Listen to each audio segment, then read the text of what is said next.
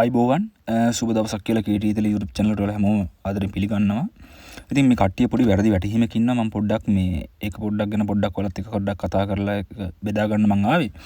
මොනවාද ගොඩක් කට්ටිය දැන් හිතාගෙන ඉන්නවා දැන් 2026 2027 2028 ඔය අවුරුදු තුනටම දැන් කොළ නීතියක් එනවා කියලා මෙහි ඉතාලි රජයෙන් කියලා දිනවා. මම ඒක ගැන වීඩියෝ එකක් ඔයාලට ඊගා වීඩියෝ එකකින් අරන් එන්නම් ඒ සම්බන්ධ විස්තර ටික. මේ දැනට මේ දේ මම මේ කියන්න ආවේ. එයාලා දැන් ලබන අවුරුද්දේ කියන්නේ 2026ට 27ට 28ට ඔය අවුරුදු තුනට කොළ නීතිය එන නිසා 2025 කොළ නීතිය මේ වෙදි කැන්සල් වෙලා තියෙනවා. ඉල්ලුම් කරන්න බෑ, නුල් නෝට්ස් ලැබෙන්නේ නැහැ, දෙන එක නතර කරලා තියෙන්නේ. ආයි 2026 ඉඳන් තමයි ආයි නුල් නෝට්ස් දෙන්න පටන් ගන්න. ඒ කොළ දෙන්න පටන් ගන්නෙ 25ට සේරම දීලා ඉවරයි. කොළ නුල් නෝට්ස් දෙන්නෙත් නැහැ. ආපහු ඉල්ලුම් කරන්නත් බෑ කියන පොඩි වැරදි මතයක ගොඩක් කට්ටිය ඉන්නවා. මගෙන් ගොඩක් දෙනෙක් අහලා තිබුණා. මොකද්ද මේක මේ සම්බන්ධව පොඩි වීඩියෝ එකක් පුළුවන් නම් කරන්න කියලා ගොඩක් දෙනෙක් මගෙන් ඉල්ලලා තිබුණා. ඉතින් ඒ හින්දා තමයි මම මේ වීඩියෝ කාලට අරන් ආවේ. ඇත්තටම මෙහෙමයි.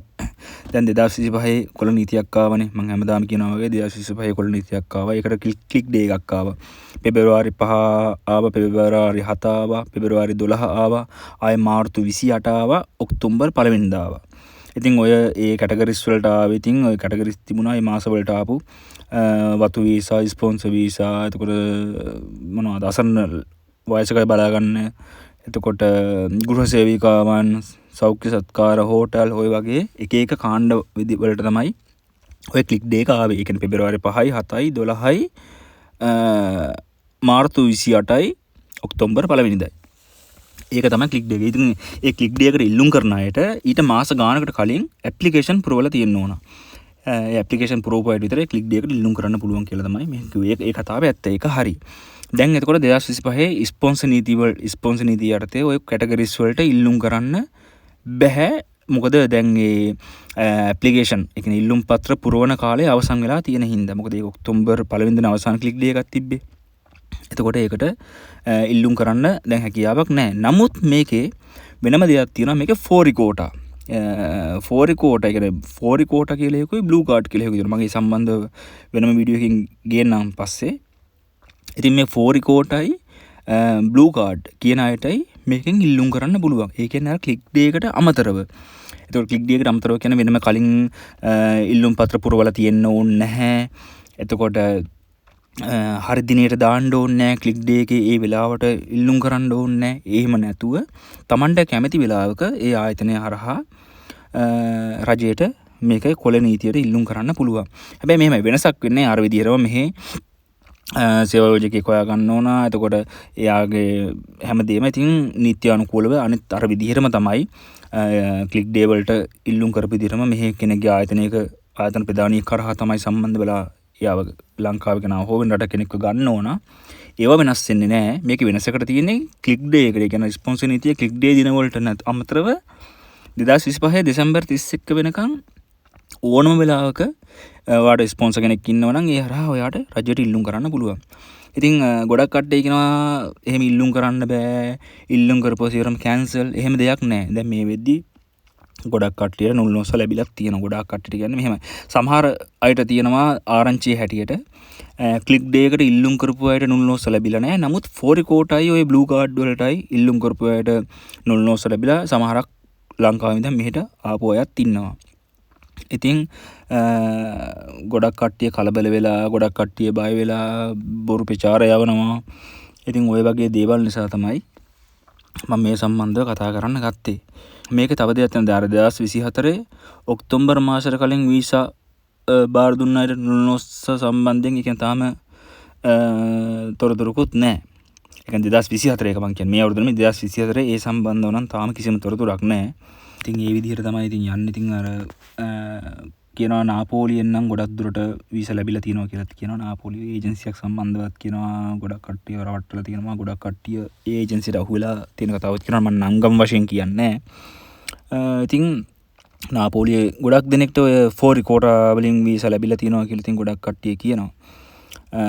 ක්ලික් ඩේ එකට අමතරව ක්ලික් ඩේ එක මෙහෙමයි. ක්ලික් ඩේ එකටත් වීසා ලැබුණු කට්ටිය ඉන්නවලු. ස්පොන්සර් එකට කියන වතු වීසා, ස්පොන්සර්, හෝටල් ආශ්‍රිතය සම්බන්ධව ලැබුණු කට්ටිය මෙහෙම 100%ක් නෙමෙයි. මෙතන ගැටලුව තියෙන්නේ අර කොහොම කෙරුවත් ඒ කියන්නේ 2024 වුණත් 2025 වුණත් ඊළඟට ඉස්සරහට එන අවුරුදු වලට උනත් රෙඩ් ලිස්ට් එකේ ඉන්නේ. රෙඩ් ලිස්ට් එක කියන රතු ලයිස්තුවට ඇතුළත් වෙලා තියෙන ලංකාව, බංගලාදේශ, පාකිස්තාන් ඒ රටවල් තුන කොහොමත් රතු ලයිස්තුවේ ඉන්නේ. මොකද එයාලව අනිත් රටවල් වලට වැඩිය රිජෙක්ට් කරන ප්‍රමාණය වැඩි, එයාලව චෙක් කරන ප්‍රමාණය වැඩි. ඒකට හේතුව තියෙනවා කලින් වීඩියෝ වල මම දාලා තියෙනවා. මෙයාලා හොරට මේ රටවල් වලට කට්ටියව ගෙන්නලා පාස්පෝර්ට් වෙනස් කරලා හොර ඩොකියුමන්ට් හදලා ওই වගේ දේවල් වෙලා නිසා දැන් මේ හැම දෙයක්ම මෙහෙ අහුවෙලා මෙයාලා සියරුම දැනගෙන තියෙන්නේ. ඉතින් ඒ හේතුව නිසා තමයි මෙයාලා දැන් එයාලා රතු ලයිස්තුවට දාලා ඒ රටවල් තුන ලංකාවයි, පාකිස්තානයයි, බංගලාදේශයයි ওই රටවල් තුන රතු ලයිස්තුවට දාලා තියෙනවා. ඉතින් කොච්චර අපි ඉල්ලුම් කිරුවත් මේ රටවල් තුනේ තියෙන ඩොකියුමන්ට් අනිවාර්යයෙන්ම එයාලා 100 පාරක් හරි චෙක් කරලා හරියටම බලලා තමයි නුල් නොස්ස නිකුත් කරන්නේ. ඉතින් ඒ ගැන ගොඩාක් අවධානයෙන් ඉන්න ඕන. එක හැමෝටම අහුවෙන්න එපා. දැන් ගොඩාක් කට්ටිය කියනවා ක්ලික් ඩේකට ඉල්ලුම් කරපු රිසිට් එක පවා ඒගොල්ලන්ට ආව කියලා කියන සල්ලි ගොඩක් කට්ටිය දීලා. ඉතින් වෙනම ආරංචි යනවා. ඒ රිසිට් දෙන කියන්නේ ඒගොල්ලෝ එඩිට් කරලා, ඒ කියන්නේ වෙනම එඩිට් කරලා print out අරගෙන ඒගොල්ලන්ට දින නම් ගම් වෙනස් කර ඒගොල්ලන්ට යවලා සල්ලි ටික සාක්කුවේ දාගෙන කියන එක තමයි කියන්නේ. ඉතින් කියවලට කියන්න තියෙන මේ පාරත් ඉතින් දැන් ලබන අවුරුද්දෙත් එනවා 2026ට 27ට 28ට මම ඒකට වීඩියෝ එකක් ගේන්නම්. අහුවෙන්න එපා. ඉතින් ලක්ෂ 50යි 60යි කියනවා. මුලින් ලක්ෂ 10ක් ඉල්ලනවා.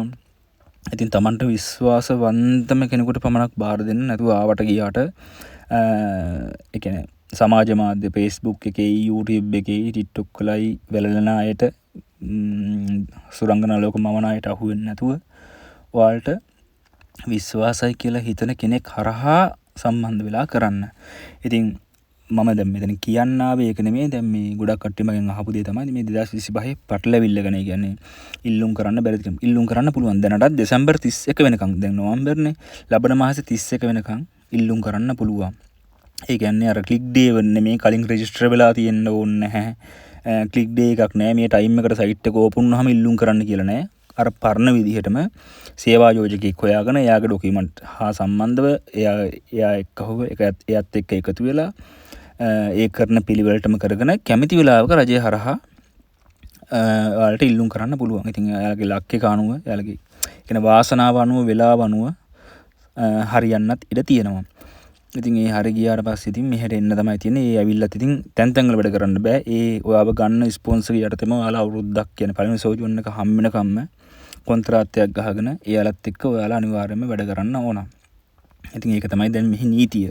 ඒ කියන්නේ ඔයාලව කවුරු හරි වතු වීසයකට ගෙන්නුවොත් ඒ ගෙන්නන කෙනා ළඟ අනිවාර්යෙන් වැඩ කරන්න ඕන. අවුරුද්දක් වැඩ කරලා එයා ගාව කොන්ත්‍රාත් ගහලා ඉවර වෙලා එයාගේ යටතේ ඉඳලා එයාගේ පළවෙනි සෝජෝන් එක එයාගේ යටතේ ඉඳලා තමයි ගන්න ඕන. නැත්තම් ගන්න බෑ කියලා තමයි කියන්නේ. ඉතින් අලුත් නීති රීති කාලෙන් කාලට වෙනස් වෙනවා. දැනට තියෙන නීති අනුව ඕක තමයි විස්තර. ඉතින් කොහොම ඉස්සරහට මොනවා වෙයිද කියන එක දන්නේ නැහැ. ඉතින් අවසාන වශයෙන් කියන්න තියෙන්නේ ඉතාලි 2025 ඉතාලි වීසා නීතිය අවසන් වෙලා නැහැ.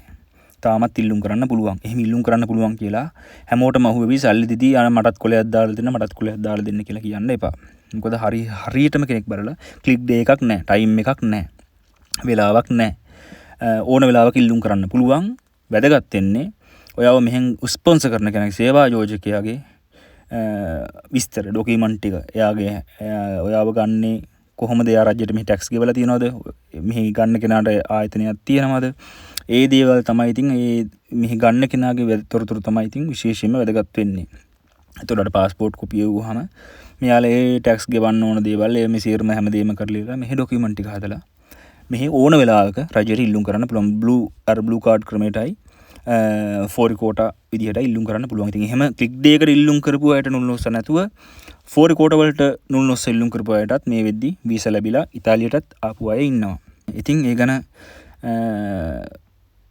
කලබලයකින් කියන ප්‍රශ්නයක් මතුවේගෙන කුතුහලයකින් හිටියනම් මේක තමයි ඇත්ත කතාව. ඉතින් දෙසැම්බර් 31 වෙනකන් ඔයාලට ඉල්ලුම් කරන්න පුළුවන් ක්ලික් ඩේ එකක් නැතුව. එතකොට ඔයාලට රිසිට් එක ආවහම ඒක ක්ලික් ඩේ එකක් මෙන්න මේ උදේ 9 ගානට තමයි වැටෙන්නේ. ඒ තප්පර ගාන ඒ වෙලාවල් බලන්න එපා. ඒවා අදාළ නැහැ.